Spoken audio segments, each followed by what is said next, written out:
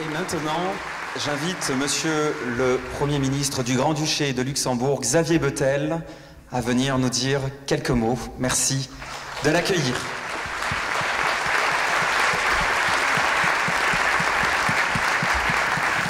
Alors, bonsoir. On m'a dit que j'avais 2 minutes et vous venez de dire que je devais dire quelques mots. Donc, si je fais juste les salutations de tous les invités, j'aurais déjà terminé.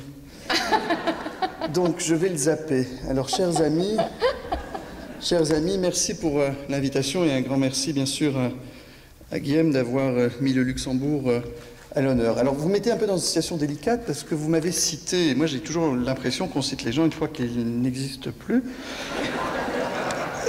Donc, je vais vous mettre dans une situation un peu délicate. Alors, la première chose, c'est la première fois que je viens au Québec.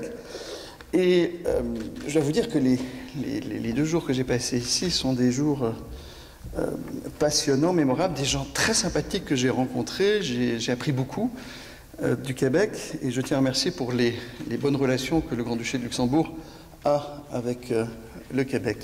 En effet, nous sommes partenaires. Le Luxembourg investit beaucoup dans le cinéma, dans la culture, vous l'avez dit auparavant, et la coproduction est quelque chose qui est important, d'apprendre et de faire des choses ensemble. Alors, vous m'avez cité en parlant de la diversité, etc., etc.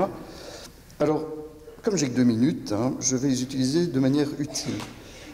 Je n'ai pas besoin de vous convaincre ici, mais aujourd'hui, et vous avez parlé de tolérance, vous avez parlé des films que le Luxembourg va montrer. On va parler de l'Holocauste, qui est une réalité que certains, pourtant, ont du mal même à accepter encore aujourd'hui. Nous allons voir un film ce soir qui s'appelle Chien blanc, et je pourrais citer encore plein d'autres films qui ont été faits au Grand-Duché de Luxembourg, qui nous confrontent avec notre propre histoire. Et on a l'impression qu'on a appris de l'histoire. On a l'impression que les erreurs de l'histoire, les erreurs de l'humanité, et je tiens à le rappeler, de l'humanité, car on a trop tendance à dire que c'est les autres. Ce sont des êtres humains qui ont fait le chien blanc ce soir, l'apartheid, le fait que Martin Luther King ait été assassiné, c'est une réalité. L'Holocauste, c'est une réalité.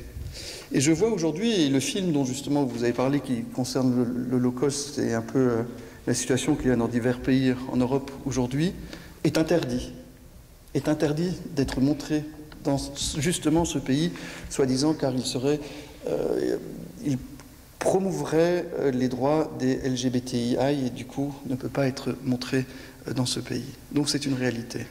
Et je n'ai pas besoin d'aller si loin. Quand je vois ce qui se passe dans votre pays voisin où les hommes décident ce que les femmes doivent faire de leur corps, je trouve que ce sont des signaux qu'on doit faire attention.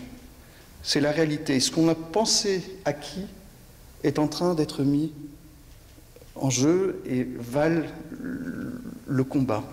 Et le fait que vous ayez demain Chien blanc et que vous le montriez justement à des jeunes est quelque chose qui est tellement important.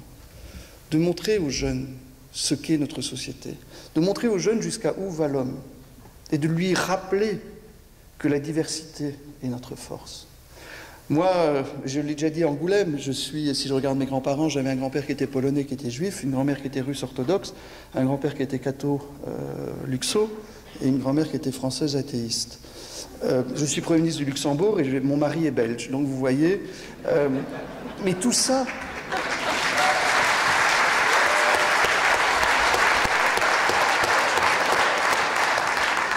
Tout ça, sur mon propre territoire, me condamnait à mort plusieurs fois. Le fait d'être libéral, le fait d'être homosexuel, le fait d'avoir du sang juif, etc., etc. Donc je me battrai.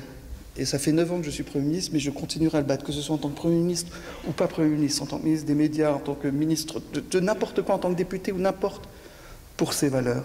Et vous avez une responsabilité énorme de nous mettre ce miroir devant nous, pour nous faire réfléchir, pour convaincre. Et n'oubliez pas votre rôle, qui a été même usé pendant ces temps les plus noirs, justement pour faire le brainwash et pour mobiliser les gens.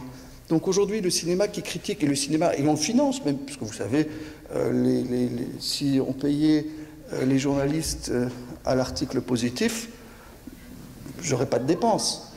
Donc, et je suis content de financer un journalisme critique et professionnel, car dans une démocratie, il est important d'avoir justement ce miroir qu'on nous met devant nous. Alors que ce soit ceux qui font des films, et je suis très fier, vous allez voir 20 œuvres luxembourgeoises ici, que ce soit les journalistes, C'est investir dans notre société, c'est investir dans notre démocratie, c'est investir dans nos valeurs.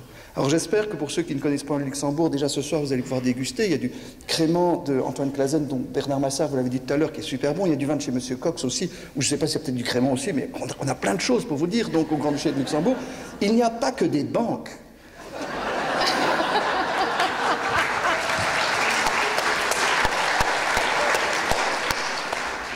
Et si vous venez au Luxembourg, vous allez voir un pays avec 170 nationalités différentes. Une capitale du Luxembourg avec 70% de non-luxembourgeois. Un pays avec 50% de non-luxembourgeois. Et on le sait que si notre pays a ce succès et a cette richesse, c'est grâce à ces différences. Donc ne construisons pas de murs les uns contre les autres, que ce soit physique, que ce soit dans nos têtes, la diversité et la richesse de notre société. Merci.